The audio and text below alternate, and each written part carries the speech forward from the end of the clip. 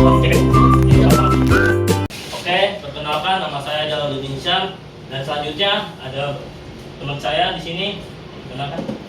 Nama saya Raffi Darsa. Nama saya Kelvin. Nama saya Siti Gandra Putri. Dan di sini ada Dr. Elvin. Oke, di sini pengenalan teknologi dan software. Di sini udah ada yang tahu belum yang namanya software sama hardware?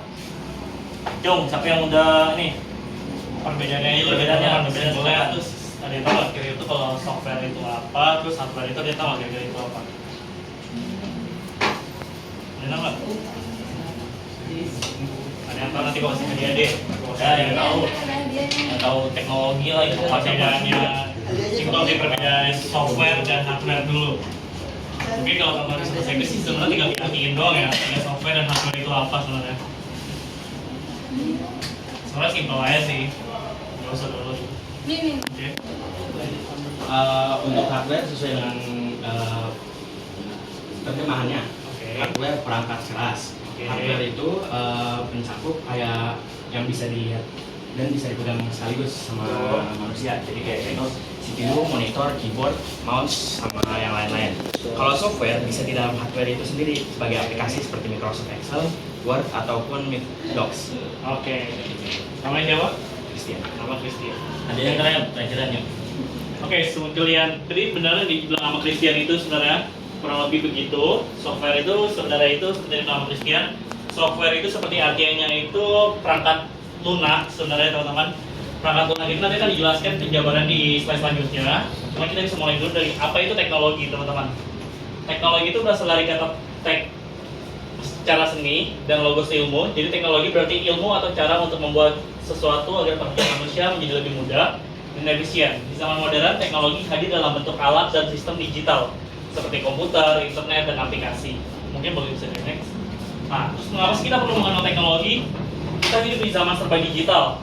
Hampir semua aktivitas, belajar, bekerja, berbelanja, bahkan berkomunikasi menggunakan teknologi. Seperti yang tahu, kita sekolah juga pakai teknologi. Terutama kalau di Harvard yang aku tahu ya, kita ujiannya pakai aplikasi ya, masih pakai aplikasi kan ya. Itu menggunakan teknologi semuanya. Dalam mengenal teknologi, kita bisa beradaptasi dan mengikuti perkembangan zaman, bukan menjadi penonton saja. Jadi kita perlu mengenal teknologi karena teknologi bukan sekedar alat, tetapi sarana untuk belajar, berkreasi, dan membentuk karakter unggul di era digital. Oke, selanjutnya. Nah, mungkin di sini bisa dijelaskan oleh Kak Rafli. Nah, kalian tahu kan arti dari hardware dan software kan?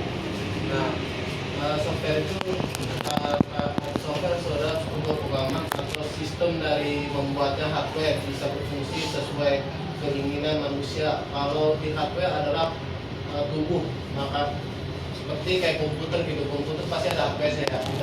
Maka software adalah jiwa atau pikiran yang memberikan perintah pada tubuh. Hardware adalah bagian fisik dari komputer atau perangkat digital yang bisa dilihat dan disebut tanpa hardware. Software tidak bisa dijalankan. Hardware ibarat tubuh manusia, sementara software adalah otaknya. Nah, next. Nah, di sini kalian tahu kan, pernah lihat gak ini di warnet kan? Ya kan? Warnet di sekolah juga ada dong Pak ya. Di sekolah juga ada. Nah, kan kali ya warnet dia ini namanya warnet. Nah, pasti di warnet pasti kalian lihat CPU. CPU itu adalah pusat dari kendali dan pemrosesan data dan komputer. Tanpa CPU, komputer tidak akan bisa menjalankan perintah apapun, karena itu CPU sering disebut sebagai otak komputer. Nah, monitor adalah salah satu perangkat keras komputer yang berfungsi untuk menampilkan hasil proses dari CPU dalam bentuk visual seperti teks, gambar, tampilan program. Dan keyboard dan mouse itu merupakan perangkat keras untuk masukan yang berfungsi untuk memasukkan data dan perintah ke dalam komputer. Tanpa kedua alat ini, pengguna akan sulit berinteraksi atau bekerja. Mungkin bisa foto sedikit tambahkan ya, kalau contoh hardware itu bukan cuma ada contoh di depan saja. Teman-teman bisa lihat contoh hardware ini seperti sekarang, itu contohnya seperti ada proyektor, itu masih termasuk hardware. Terus juga masih ada printer, kalau teman-teman tahu printer itu masih banyak lagi contoh-contoh hardware. Mungkin bisa di next salah satu contoh software ya. Nah, di sini tuh ada contoh software yang nanti akan dijelaskan oleh Kak Siti Jamila. Yang dikembangkan oleh Microsoft. Ini merupakan salah satu sistem operasi paling banyak digunakan di dunia untuk komputer dan laptop. Setiap laptop pasti punya Windows ya. Terus ada Apple, memiliki dua sistem operasi utama, macOS untuk komputer atau laptop dan iOS untuk perangkat seperti iPhone dan iPad. Terakhir ada Android, adalah sistem operasi yang digunakan pada smartphone dan tablet dikembangkan oleh Google. Selanjutnya ada peran hardware dalam pembelajaran. Hardware adalah perangkat fisik komputer yang dapat dilihat dan disentuh seperti monitor, keyboard, CPU, mouse, dan proyektor seperti yang dijelaskan oleh Christian.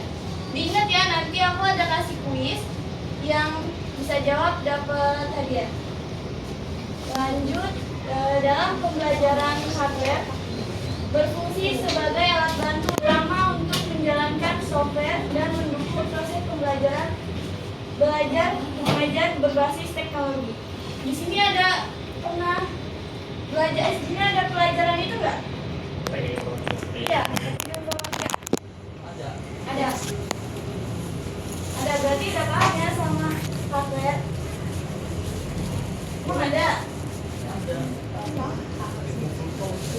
Jadi di sini hardware memiliki peran penting sebagai media pendukung utama dalam pembelajaran modern. Tanpa hardware, software pembelajaran tidak dapat dijalankan dengan baik. Oleh karena itu, pemanfaatan hardware secara tepat membantu menciptakan proses belajar yang efektif, efisien, dan menarik.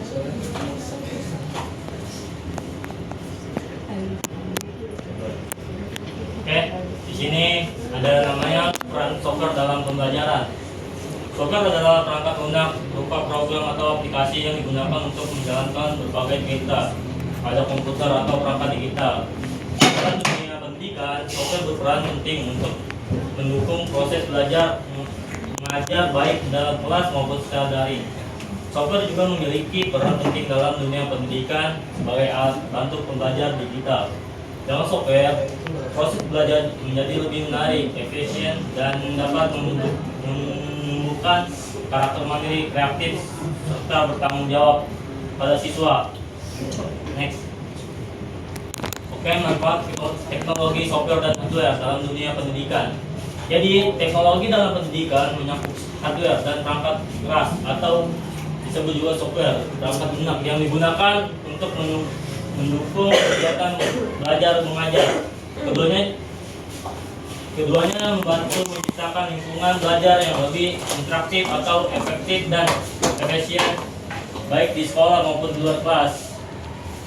Next, yang selanjutnya dibacakan oleh saudara Robert. Kesimpulan, teknologi yang terdiri dari memiliki peran penting dalam melalui pemanfaatan teknologi proses pembelajaran lebih interaktif, efektif, dan menyenangkan. Atau Ini enggak, cahayanya enggak? Ada. Bentar aku soalnya. Jika hardware tidak ada, apakah software bisa digunakan? Berikan alasannya. Karena software memerlukan hardware untuk bisa dijalankan. Software berfungsi sebagai tempat dan alat agar software dapat diproses. Contohnya